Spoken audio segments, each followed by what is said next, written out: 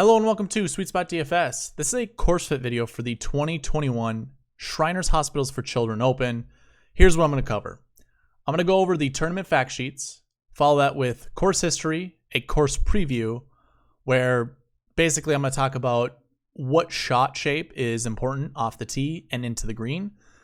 Then I'll talk about grass stats, and then at the end, try to encompass all of that into finding our best course fit plays. So let's go ahead and jump right into the spreadsheet. You can also find all of the timestamps in the description below. I also have chapter mode on, so you'll be able to see it on the screen, which part of the segment we're going over. It makes things a little easier and a little nicer. So you have those at your disposal. We are in the tournament fact sheet, and what we do here is we find out basically the yardage of the course, the par. Sometimes, not all the time does it have stimp meter, but sometimes it does, and that's just how fast the greens are rolling. And then you can see a lot of the statistics of the golf course as well, and we'll go over that shortly. We are at TPC Summerlin, which is in Las Vegas, Nevada. This course has played host to this tournament for several years. It goes all the way back to when I started capturing data, which was 2013. So, and really it was the end of 2013 and for the 2014 season. But either way, as long as I've been capturing data, this has been the golf course. So all of my data for this tournament will have TPC Summerlin data, basically. It's 7,200 yards, par 71. That's pretty short relative to the rest of the PGA Tour stops. Usually we'll see par 72 around 74 to 7,500, and then you can just take off 1,000 from each. So it's a little shorter than average, but still, it's going to be gettable, and especially like bombers like Bryson, it's going to be fairly easy. And we'll see what that looks like with past results. That's another thing we'll talk about. 7,200 yards, like I said, pretty short. 11.5 on the stimp.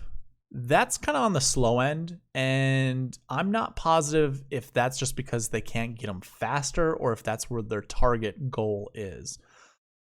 11.5, not fast. Compared to like Augusta, where they roll around 13s, I think it's about 13. I'm not sure with all the undulation if they can get it that low, but it's fast on Augusta greens. Needless to say, these will be slower than typical. Average green size is 7,400 yards. It's kind of a little bit on the large side of things. 6,600, I think, is around average, maybe a little less. Average tee size, we don't really care about that, nor do we care about the acres of fairways. If it would tell us like the average width, for say each hole, for each fairway, that would be valuable information. But seeing a lot of this information, not a big deal. Bunkers, 92. Look, the PGA Tour has players on it of the highest caliber, and even the lower end guys still can hit balls out of bunkers with relative ease. I'm not worried about bunker play. I know a lot of golf touts out there talk about bunkers and how certain players are not good in them, i.e. Patrick Cantlay, who only was given that moniker because he couldn't close out at the Valspar Championship in like 2016. Patrick Cantlay is pretty good out of the bunkers.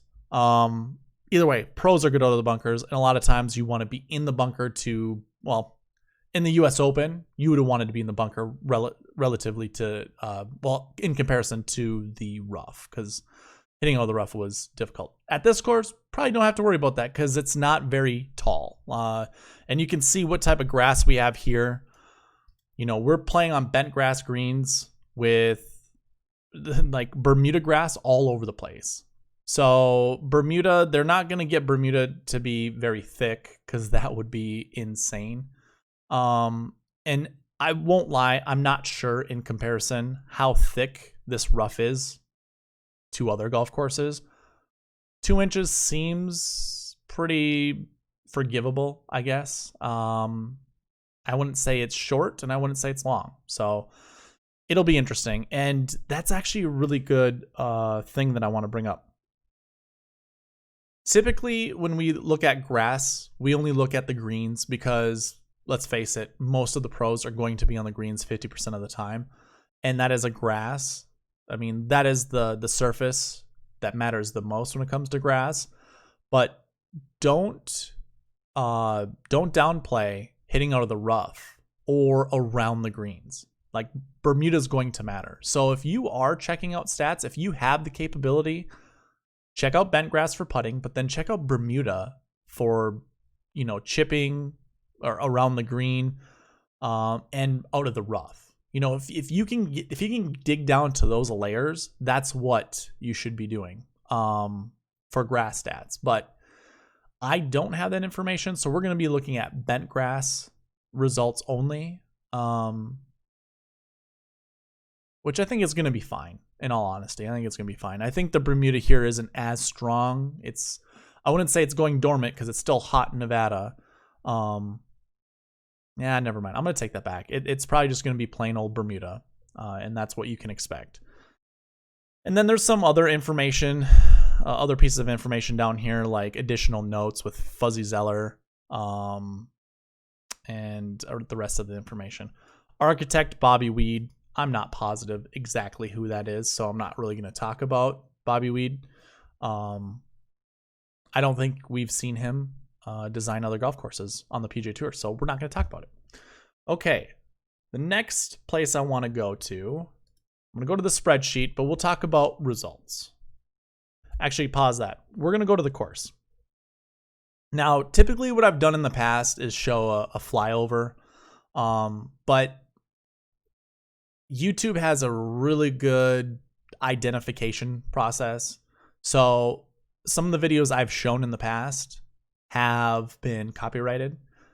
And I won't lie, I couldn't find anything good on TPC Summerlin to even show you guys. So if you guys want to do your own research, I would just suggest putting in TPC Summerlin flyover, and then just looking at one of the Google satellite videos. A couple of them, or one of them's pretty good, and the other one isn't terrible, just a weird angle. But you can see what most of the holes do.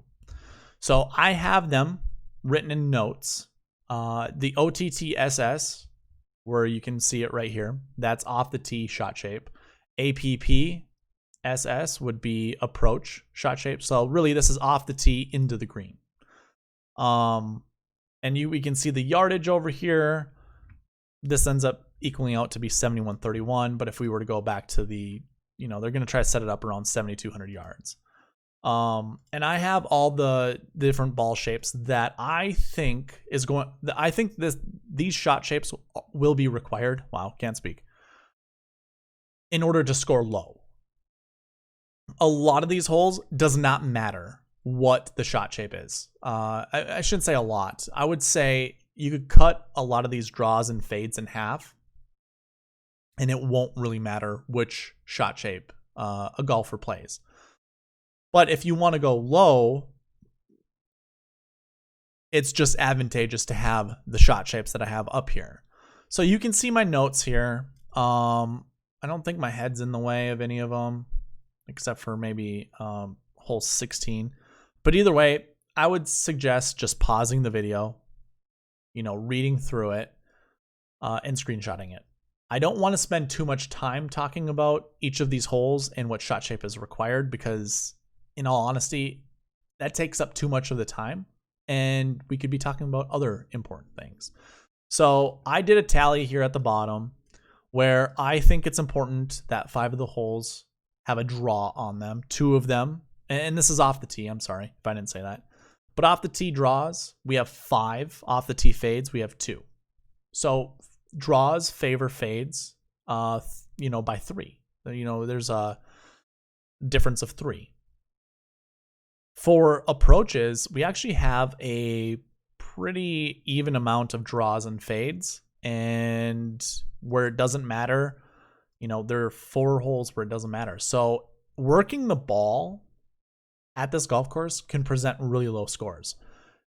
If there was one shot shape that is a little bit more advantageous than the other, it would be a draw, just because we have more off the tee. But really, a lot of holes that require certain shot shapes can be cut off because there are a lot of dog legs here that really don't have trees in their way. They either have bunkers that are placed there or you know, I guess I don't know how else to describe it, but let's say like this is the tee box right here. The whole angle's off this way. You know, it goes over here. So the fairway runs that way. Your tee shot is basically, I know it's a bad explanation, but basically the tee is like this and the fairway is like this. So you really have to be hitting, you know, going that direction. Or, I mean, you're either cutting off a dog leg or you're curving it in the shape of the dog leg. Could have said that in the beginning and it would have been much easier. So anyways, here are the notes. We want to be finding a golfer who draws the golf ball. Let's go ahead and talk about results that we've seen over the last few years. So dating back to 2014, Webb Simpson was 24 under. And since then, really, I mean, Kevin Na and Patrick Cantlay last year were really close to hitting that scoring mark. Minus 2018, where 9 under won the tournament by Patrick Cantlay, we've seen the scores around 20 under. And really, if you take out 16 under, they'd average out to be about 21 under, 22 under. So this is going to be another low scoring affair. I'm actually going to include something different for this course fit video than I've done before. I'm going to include the scoring stats, primarily because I think if we talk about the scoring stats, they're going to matter more on a course fit rather than, say, the stat fit video or even the strategy video. So we'll incorporate that here. And that's kind of why I wanted to keep the course preview a little bit shorter. But we want to find someone around 20. We were going to think the winner's going to be around 21, 22 under. And if we look at the top of the leaderboard, I want you guys to focus on something. Kevin Na hits a draw. I don't have, you know, a video to show you that he hits a draw, but he primarily hits a draw. Patrick Cantlay is known for hitting a draw. Bryson and Cantlay hit draws. Cantlay hits a draw. I don't know what Pampling does. We do know Brooks hits a fade, but I think he can hit any shot shape. I would say I don't know a lot of the golfers here in 2017 or 2016. I know Molinari hits a fade. Keegan Bradley hits a draw. There's Bryson again. Chesson hits a draw. Chesson Hadley. Ricky Fowler in 2019 hit a draw. I believe Ryan Palmer did. There's Chesson Hadley once again. Adam Hadwin shapes it both ways. Bryson hits it both ways. Pat Perez primarily, I shouldn't say Bryson hits it both ways. He primarily hits a draw. Pat Perez hits a draw. Webb Simpson hits a draw.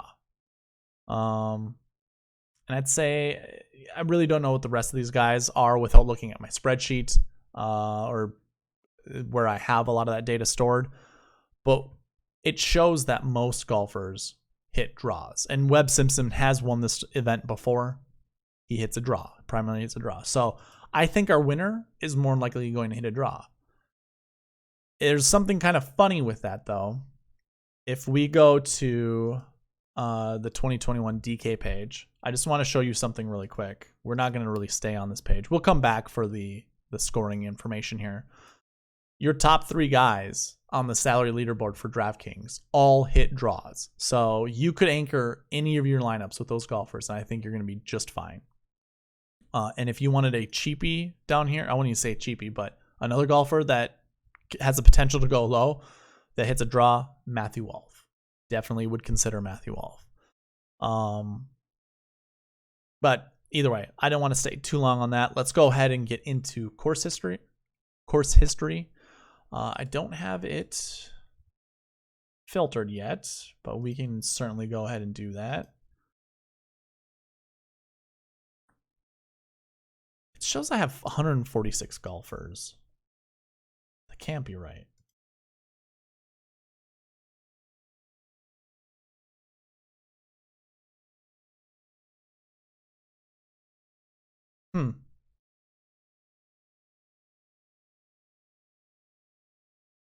Well, we're going to go over this. There might be players that are not in the field, but I'm not going to waste my time or waste your time going through this and trying to get rid of certain players.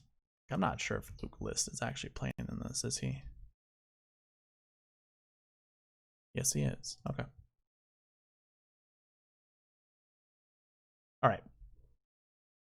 Anyway, your best golfer for course history is Patrick Cantlay. He has a win in 2 seconds. This is coming back from his back injury.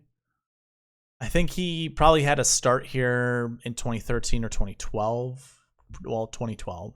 But obviously hadn't played, for those 4 years, but came back, won this tournament, and then 2 second places after the win. So far and away, the best course history at this course. That's primarily why I have him as the thumbnail of this video. I did have Bryson before, but figured, when we get into the grass stats, he's also at the top, the bent grass stats. And with that combined with his course history and his shot shape, it's a no-brainer why Patrick Cantlay would be on the thumbnail. And surprise, surprise, one of my favorite course fit plays. Francesco Molinari had a 4th place in 2017. We haven't seen anything from him in a long time. The Masters was a big meltdown for him, and he just never recovered the same. So I would probably hesitate in playing him. But then our next golfer on course history would be Bryson. Won this in 2019, has a bunch, or 3 top 10s, same as Patrick Cantlay. Obviously Cantlay has better, and a 36th place finish while he was young. He's still young, but him shooting 36 here to me is a little different than Patrick Cantlay coming back from back injury when he was already on tour before the back injury, and then obviously coming back and doing well. A little bit different. So I would say this is more of growing pains than anything. These 2 golfers, Patrick Cantlay and Bryson DeChambeau, definitely, I don't think you can go wrong with either of them when it comes to course fit. Fire them up, anchor them down on your lineups. I think you have no issue. We have Hideki Matsuyama next, who Hideki's probably going to be my favorite stat fit play. The guy's just been striking it really well, and having this good of course history just bodes well, for a good place finish. And really, this tournament is stacked with really good players. So anchoring down on a course fit guy first, probably going to be beneficial. And I'm not going to fade Hideki, but he's not going to be a golfer that I anchor my lineups with. Same goes with Ricky Fowler, who had a 4th place here in 2019. Still very good course history. Sung Jae, when we get into the strategy video, it's going to show Sung Jae's probably not the greatest play based off the bucket system. However, course history, 15th. Only issue I have with him is hitting a fade, which isn't a huge issue whatsoever. But if I'm going to find golfers that I like, I would want them to hit a draw. And I'm guessing, I don't remember what his price range is, but if he's over 8,500, then I'm going to play some, but not a lot. Either way, I'm not going to go and talk about the rest of these guys, but I have to talk about Webb Simpson. I have to talk about Tony Finau. And maybe Chesson Hadley. Simpson won this in 2014. Had a 4th place finish in 2015. And then not the greatest of finishes, for his caliber. But I think he was trying to figure out putting. He was pretty bad on tour with putting during these years, and then came back around. I'm not going to fade Webb whatsoever. I think Webb's a good play, and he is a good course fit as well. It's going to be difficult to give you some value course fit plays because a lot of the guys at the top are extremely good for course fit. Tony Finau, a top 10 machine. And in all honesty, I don't think he's going to do any better than that at this tournament either. I think this is just a top 10 waiting to happen, which isn't terrible, but at his price tag, I'm not going to play him. He will be in one lineup, which will be in a winner take all, but he's not a very good course fit play in my opinion. Cam Davis, I couldn't tell you exactly what shot shape he hits. I was paying attention.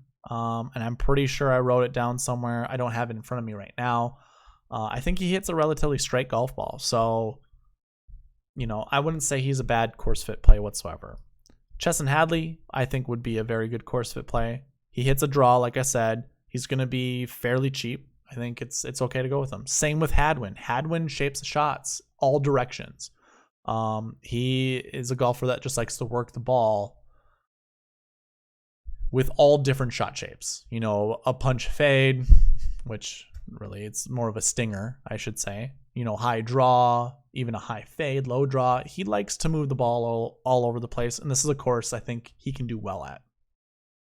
Siwoo Kim, I'm, in all honesty, I don't know what shot shape he hits, so I'm not even gonna bring up. But you know, he has one of the best course histories here. He is 15th best course history or 16th best.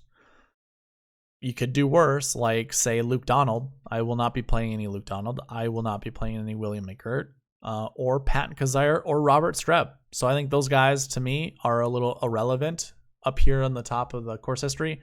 I really don't think those are value plays either. Although they show up on the first page of the course history, don't let that fool you. I don't think that's a good play whatsoever. Okay, so that was course history. Actually, let me show you who has the most top 10s here. We have Cantlay, DeChambeau, Simpson, Hadley, and Lucas Glover. All have 3 top 10 finishes here. You know, Cantlay is 3 for 3 in top 10s. Bryson is 3 for 4. I mean, you can kind of tell what I'm getting at or how I'm doing this. Just looking at how many top 10s based off of their events. Yeah, I mean, these are your best plays up here. And really, we only have 13 golfers in the field that have 2 or more top 10s. Which kind of lends a new golfer finishing inside the top 10, I would say. But you never know. I think we're going to find one of those top guys inside the top 10, if not the top 5. Here are your newbies, the guys who have not played this course since 2014, or I should say 2013. Really, Sergio and Paul Casey stand out because they're kind of your older guys. Same with KJ Choi. They're your older... Oh, geez. Okay, Sergio, Jason Day. Let's go over this slowly. Louis Oosthuizen, who's probably going to withdraw. Paul Casey. Charles Schwartzel. And that's about it. But these 5 golfers have played most of the events on tour. To not play this one is kind of odd. I mean, obviously it's a fall swing event now. That's probably why many of these guys have never played this tournament before. I mean, out of these guys, Casey hits a draw. Day hits a draw. I think he's more working on a fade now, but you know, I think he can shape it both directions. I just don't think when it comes to scoring, this is a course for him. And we'll get to that a little bit later. Sergio Garcia works the ball in all directions. If you didn't see that during the Sanderson Farms Championship, you really missed out because he put on a clinic. I think on hole 18, he drew his tee shot and then he hit a fade into the green. Exactly what you needed to do in order to put yourself in good position. Like, that was textbook. So he obviously has he can do that kind of thing. Louis Oosthuizen hits a draw as well. So a lot of these newcomers or golfers who haven't played since 2014, I think have a very good shot, a very good chance at doing well here. So keep those names in mind because they do not have course history, and you won't find that unless you're digging further back than 2013. So there is the course history. That is kind of the wrap up on that. Let's go ahead and dive into the 2021 DK page. Let's go ahead. Let's talk about grass stats. So I'm going to go ahead and I'm going to freeze the pane right here. No, I don't want it there. We want it on the salary. So we'll freeze the pane here. That way we can kind of cycle through and keep our names up here. We can go ahead and hide this. Let's go ahead and talk about bent grass. So we'll go over grass stats here. Our best golfer with bent grass stats, overall, that is I have it as, or he goes by MJ Duffy. I mean, that's how you pronounce this name. He only has one event under his belt where he finished 22nd. I'm not exactly sure where this event was. But one event that's 22nd, that isn't, although it's the top of overall bent, like it's just one finish, and it could be a very weak strength of field event. So I'm not gonna really look at this, as like we need to play MJ Duffy. I'm just going to disregard it. Go ahead and play him at 6,500. You could do worse, but I'm not going to. But underneath that, we have Hideki Matsuyama, Jason Day, Colin Morikawa, Matt Kuchar, Ricky Fowler, Tony Finau, Scotty Scheffler. I mean, we have like the best golfers. I shouldn't even say the best golfers. All of these golfers are good.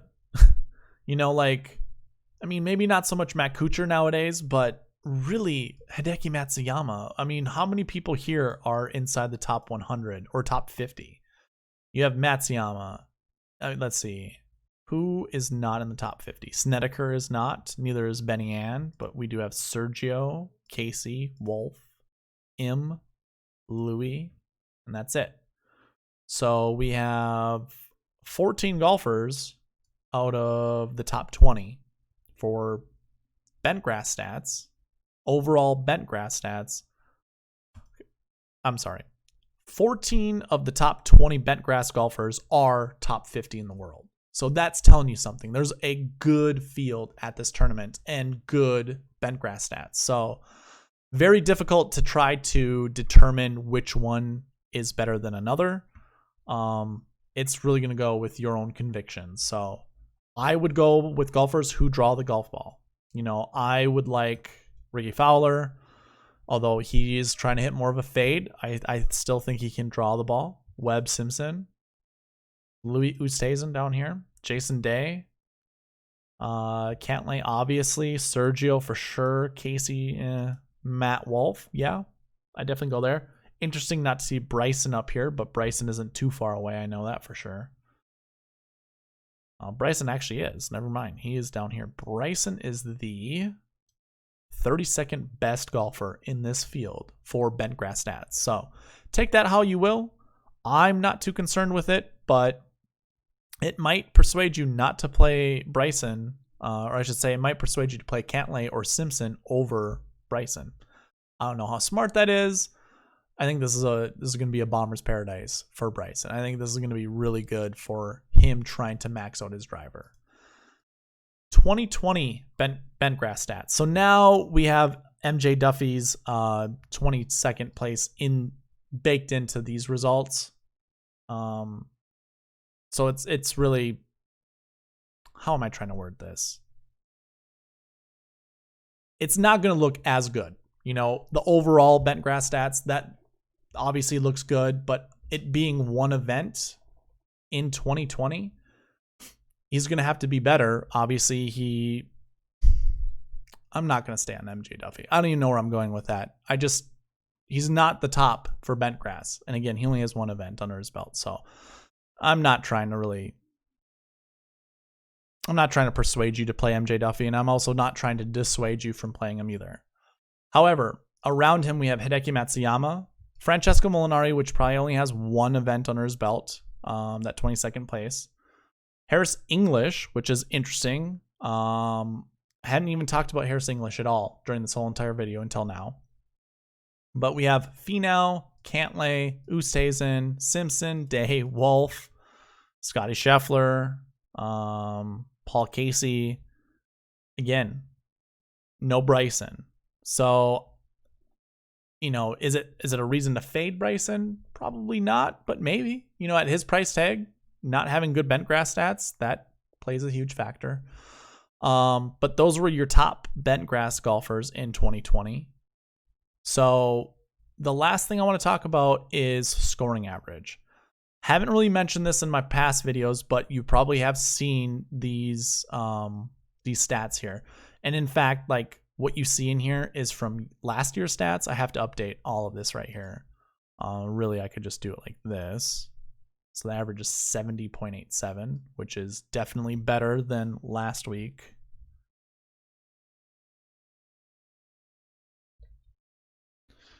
What was the min? The low is 68.98 and the high is 74.87. So Martin Trainer is back in the field. There we go. Okay, so we'll talk about scoring average. The reason why I want to talk about scoring average is we can combine that with bentgrass stats. We can also combine that with course history because we want golfers that are going to shoot around 20 under. And in order to do that, we need a low scoring average. We also need a low round. You know, we don't want to find golfers whose lowest round is a 66. We probably want to find golfers, you know, obviously at 59. And we'll go through these little bit by little bit. So these are 2020 stats. This does not include anything from 2021. I want to make that transparent. I don't want to hide anything from you guys. Reason being is I still don't have a database set up yet that has this information for myself. I have to pull these stats, and I can't pull them going back from today's date to whenever. It's either all of 2020 or it's all of 2021. And I'm not going to add those stats together because it's going to be wildly inconsistent. Anyways, these are from 2020. Your best scoring golfer is Webb Simpson, followed by Bryson DeChambeau, like super close, with both having rounds of 63 as their low round. So when we look at these golfers, I guess the first thing I want to point out is if you're going to anchor any of your lineups with any of these guys, I think this should give you a little bit of comfort. You know, I already liked Webb Simpson. I also already liked Bryson DeChambeau and Patrick Cantlay. I'm not going to play them all together, and I'll leave that to the bucket system, but really having all these low scores gives me pretty good confidence in playing them. Same with Harris English. Although 9,700 will be difficult to get to. But you can see all the top scores. A lot of this really comes by no surprise, but if we wanted to look at some of these other golfers like Harold Varner, Joaquin Niemann, Steele, Palmer, Henley, Brian Harmon, you know, guys that are you would consider value plays. Not so much value plays. I mean, like, to me, Harmon's not much of a value play. $8,000 in this field. We can kind of see the values here. Really, we don't have anything spectacular, and Harmon actually is decent value based off of how many points he scores. And Abraham Answer is not a bad value either. I mean, this is going to be a hard field to narrow down a playing pool from. But you can use this as a start, a baseline, because scoring average is going to matter. Finding golfers who score low will matter. So here are your top guys for scoring average. The next thing I want to talk about is the differential. So the differential is basically scoring average versus their low round from 2020. That's all. That's it. And the reason that I bring this up, why I think it's important, is because this is your potential. To me, this is a golfer's potential. Being able to shoot a 61. Now, if this is a 61 at a par 70, so be it. It's still a 61. In golf, low numbers are scary to some golfers. And I wouldn't say scary as in they're afraid to shoot those low numbers. It's just when it gets to that point where you can shoot a 61, some people choke. Some people, it gets in their head like, holy crap, I'm 9 under par. This is awesome. And when you're around 61, some people think 59 is around the corner, you know, and it might mess with them. It might not, you know, but it's still, I want to know golfers can score low. Jason Day, what I mentioned earlier, is not a golfer who really goes super low. 64, not terrible. Honestly, it's not terrible, but he's been known. I shouldn't even say he's been known. His previous coach said that Jason Day likes grind it out golf tournaments. He does not like birdie fests. And you can kind of see that in his score. Now, 70.16 is not terrible, but when the average is 70.87, it's really close to, you know, I mean, it's really close to that average number. And if we go ahead and sort this, I guess he's not terrible. He's what? The 12th best golfer in the field. Here's what I'll say. I noticed something right now. Let's see, if I were to go like this, would he even show up? No, he wouldn't show up. Okay. Having a 70.16 differential's not that great in comparison to the rest. You know, we're comparing this and this to everyone else's scoring average and then their differential. 69.99 is pretty good. 64 matches Jason Day, so his differential's worse, which means Sungjae shoots lower scores than Jason Day on average. And if you're comparing them 9,300 versus 9,500, you obviously go with Sungjae Im. You can even say the same with Abraham Answer, 69.89. All this is telling me is Jason Day is very consistent at going under par, but just barely, like 1 under, 2 under, 3 under, that kind of thing. That's all I'm trying to get at with this. Not having a super low round is also kind of scary, and having a percentage, a conversion percentage. So this is how many rounds, like a percent of rounds under 70. His is at 36%. So what we could expect to see is maybe 2 rounds under 70 at this course. It's a par 71, so it's more likely that if he does shoot 2 under par, which is probably what his going rate is for what his rounds are. Well, obviously it's 70.16, but you convert this into a par 71 and it's probably just under 70. So he could hit that bonus, that under 70 round bonus, but this does also have baked in stats of par 70s and par 71s. So Jason Day at that mark, not as good as his counterparts, you know. Again, we're looking at something like this. So it's 36%. Everyone above him is better than he is, and most of the people below him are better. Only Kevin Na, Jason Kokrak, Sergio. Those look like the only golfers am I seeing? Yeah, just those 3 golfers. But everyone below Jason Day is even better than him. So in all reality, although he's a good course fit, maybe not for this course. Like his shot shape is good, but he's not a good enough scorer, if you understand where I'm getting at. So maybe not the best play. But if we were to go ahead and sort by golfers who have a percentage under 70, like a high percentage under 70, Webb Simpson, 64.29%. That's insane. I mean, Bryson is pretty close behind him. So to me, it's who am I anchoring my lineups with?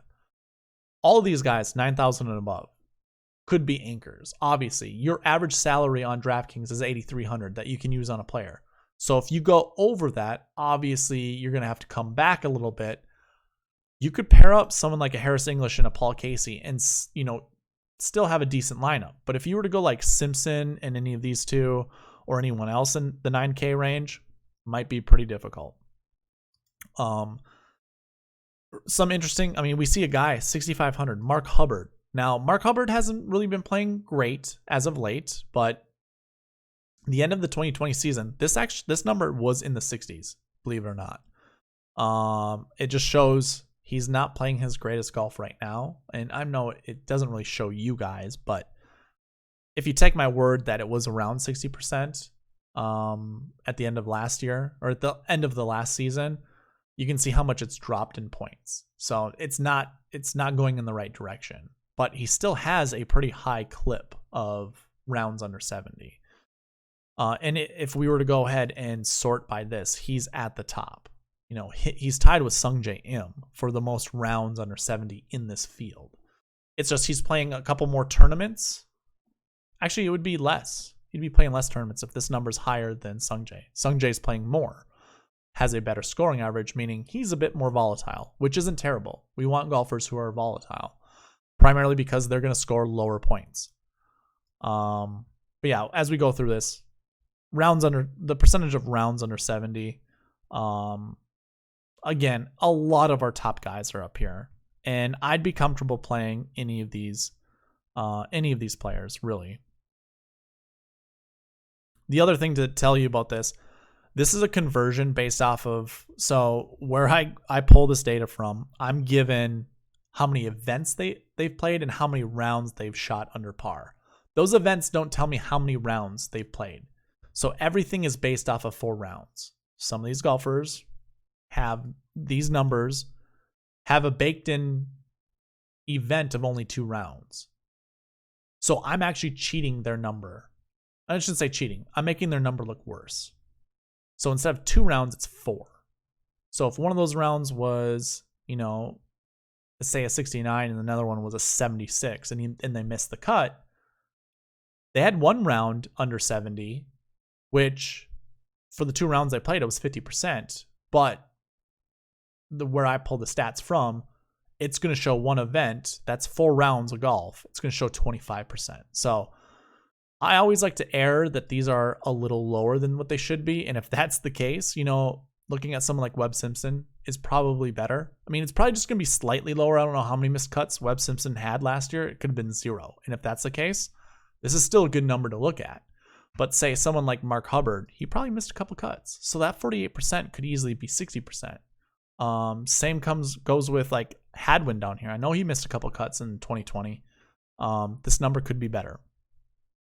So I would just err and say that these numbers probably look a little worse than what they actually are. Which brings me all the way back to the differential. Having this number be higher for the lower priced golfers over here that you see is going to probably win you a GPP, in all honesty. Finding the right golfer.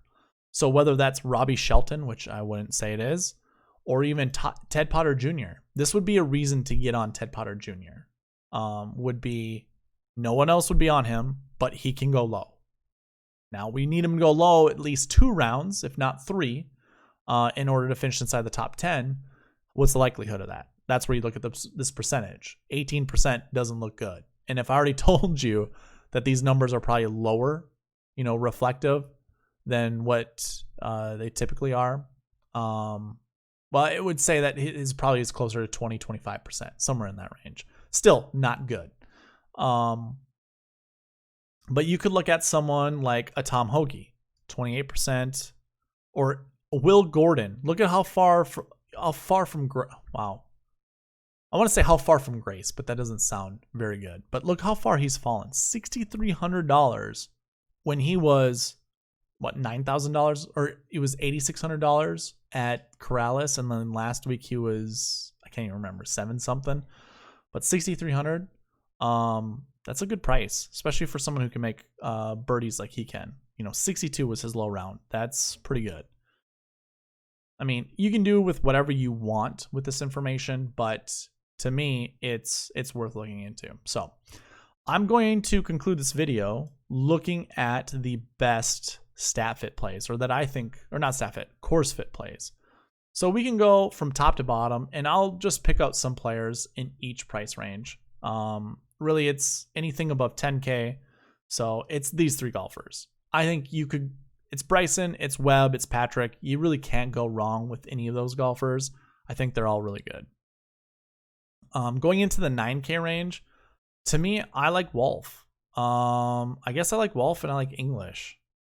Maybe the most. And a lot of this kind of comes with the bucket score, but a lot of it also comes with what shot shapes they hit. Jason Day's very close, but I think he's working more on a fade nowadays, and he can't go low. Like, he doesn't go low. I can't say he can't go low. He can, but I just don't like the prospects of him going really low. Same with Sung J M. I like Sung J. I don't like his shot shape for this course, but he's also too inconsistent for me at right now, especially for $9,300. I do like Casey, although I hate playing him, so who knows? I don't know what I'm gonna do there. But I guess I gave you some guys in the 9K range. I also like Ricky Fowler. So Ricky Fowler, Matthew Wolff, Harris English in the 9K range. 8K range, if Louis actually does play, Louis is going to be one of my favorite guys in the 8K range. But Zach Johnson hits a draw, and I mean, 61 is his low. He hits, the amount of rounds under 70 is pretty high. His conversion rate, that is. Henley isn't a bad play either. He hits a pretty straight ball, and I think he can shape it both directions. But I think out of the guys in the 8K range, it's going to be these two golfers probably, or these three golfers. Maybe include Cameron Davis on that, or even Joaquin Niemann. These might be half points there. I'm not sure. Yeah. 7K range, I guess it's really difficult to see which players that I really like. I'm trying to think of a lot of these guys as shot shapes. And for the 7K guys, I'm not positive, in all honesty. Munoz, I saw him hitting shot shapes both directions. So I guess he wouldn't be a terrible play. Kuchar's down here 7,600, but he hits a fade. I don't know if that's going to matter all that much for him. He doesn't hit the ball very far, so I'm guessing, I guess I would probably stay away from him.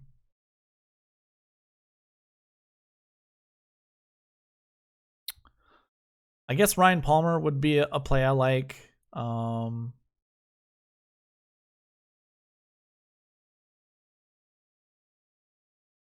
Adam Hadwin, that's a play I would like.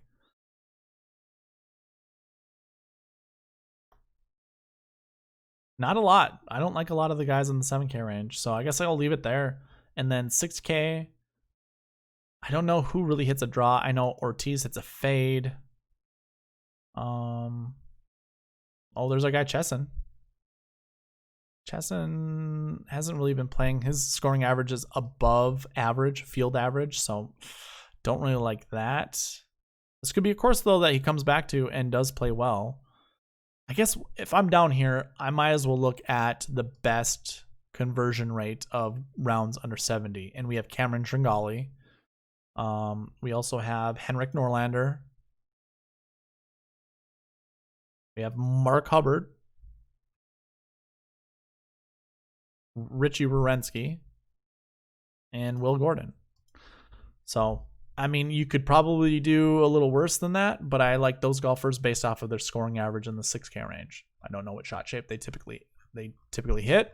I'm still gathering that data, but those would be my favorite course fit plays. So hopefully you guys enjoyed the video, and I will have a stat fit video for you guys tomorrow. So yeah, come back and watch that video. But for the meantime, please leave a like, comment, and subscribe. Thank you for watching. Bye.